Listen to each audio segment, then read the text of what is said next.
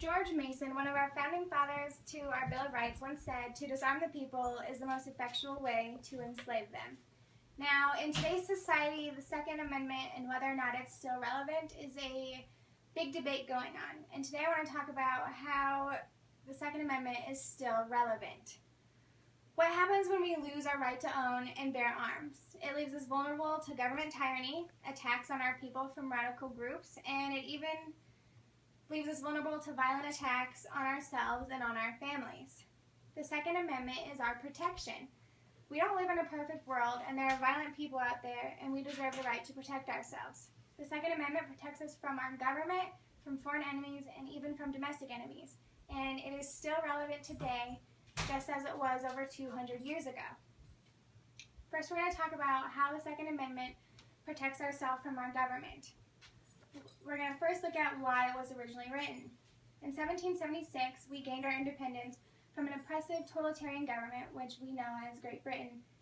As a result, the Founding Fathers came up with a game plan to ensure that Americans never undergo oppression again, and that game plan was the Bill of Rights, one of which is the Second Amendment. The government can impose tyranny on citizens who are more than capable of fighting back. If we look back at times in history, places with more strict gun control laws fell under some form of tyrant. For example, Hitler. During the Holocaust, Hitler signed off on legislation such as regulations against Jews' possession of weapons. This allowed the Nazis to confiscate weapons from any Jew who owned them, and this left them unable to fight back.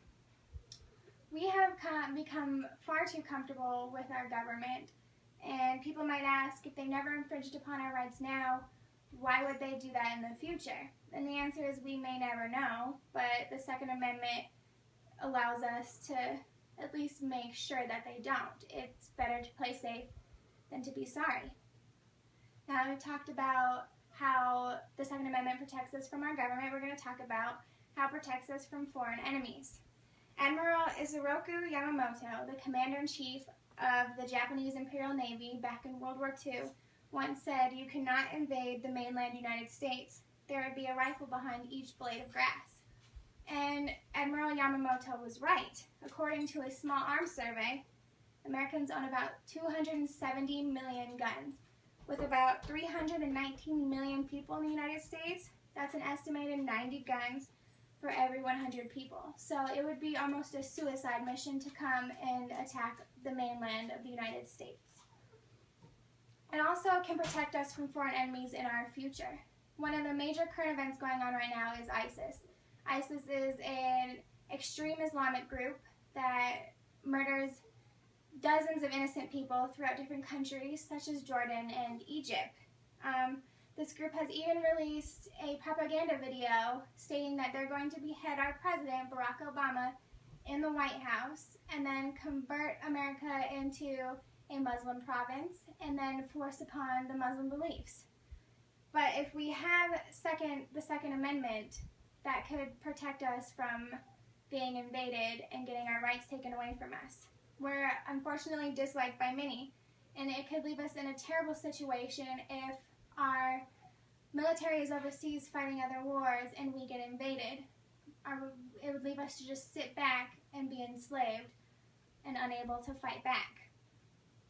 Now that we've talked about how the Second Amendment protects us from the government and foreign enemies, we're going to talk about how it protects us from domestic enemies and each other.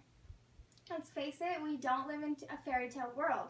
There are people out there who just want to watch the world burn. Let's look at situations in which law-abiding citizens were happy to be able to have the right to carry a gun. 15-year-old Georgia boy stops home invasion. Two men broke into a Martinez, Georgia apartment and attacked the tenant.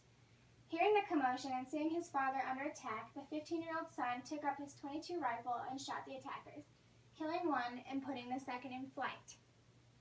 Another example is a pregnant California mom flights off two intruders. Seeing two strange men entering her home in Fortuna, a young pregnant woman pointed a pistol at them and ordered them out. When they refused to leave, she fired on the men, missing them, but scared them off. Needless to say, she was thankful that she had a gun. Now, what if you were in this situation? Situations like these can be scary. You don't know what these people's intentions are, and they could potentially harm you or even kill you. Think of your family. Would you be able to watch them get hurt because you didn't believe in protection? Probably not.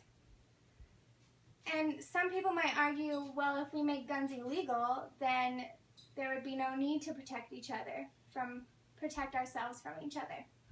Making guns illegal still won't stop them from getting in the hands of criminals. If you look at drugs, we have plenty of drugs that are legal, but yet people still get their hands on them. If you look at this chart, the dark green shows the most strictest gun laws, and then the red is the least strict.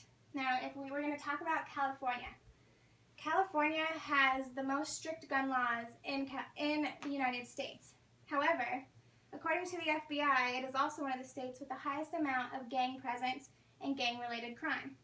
Do you think these criminals walk around causing havoc with a water gun? Definitely not. There are bad people in this world, and us law-abiding citizens deserve the right to protect ourselves from them and protect each other. If we ban all guns and revoke our Second Amendment, that leaves us unprotected from criminals who can get their hands on these guns. Guns do protect us. Conclusion: the Second Amendment is just as relevant today as it was back in 1776 when our Bill of Rights was initially written. Allowing us to bear arms keeps our government honest, keeps foreign enemies at bay, and allows us to protect ourselves and others from terrible people.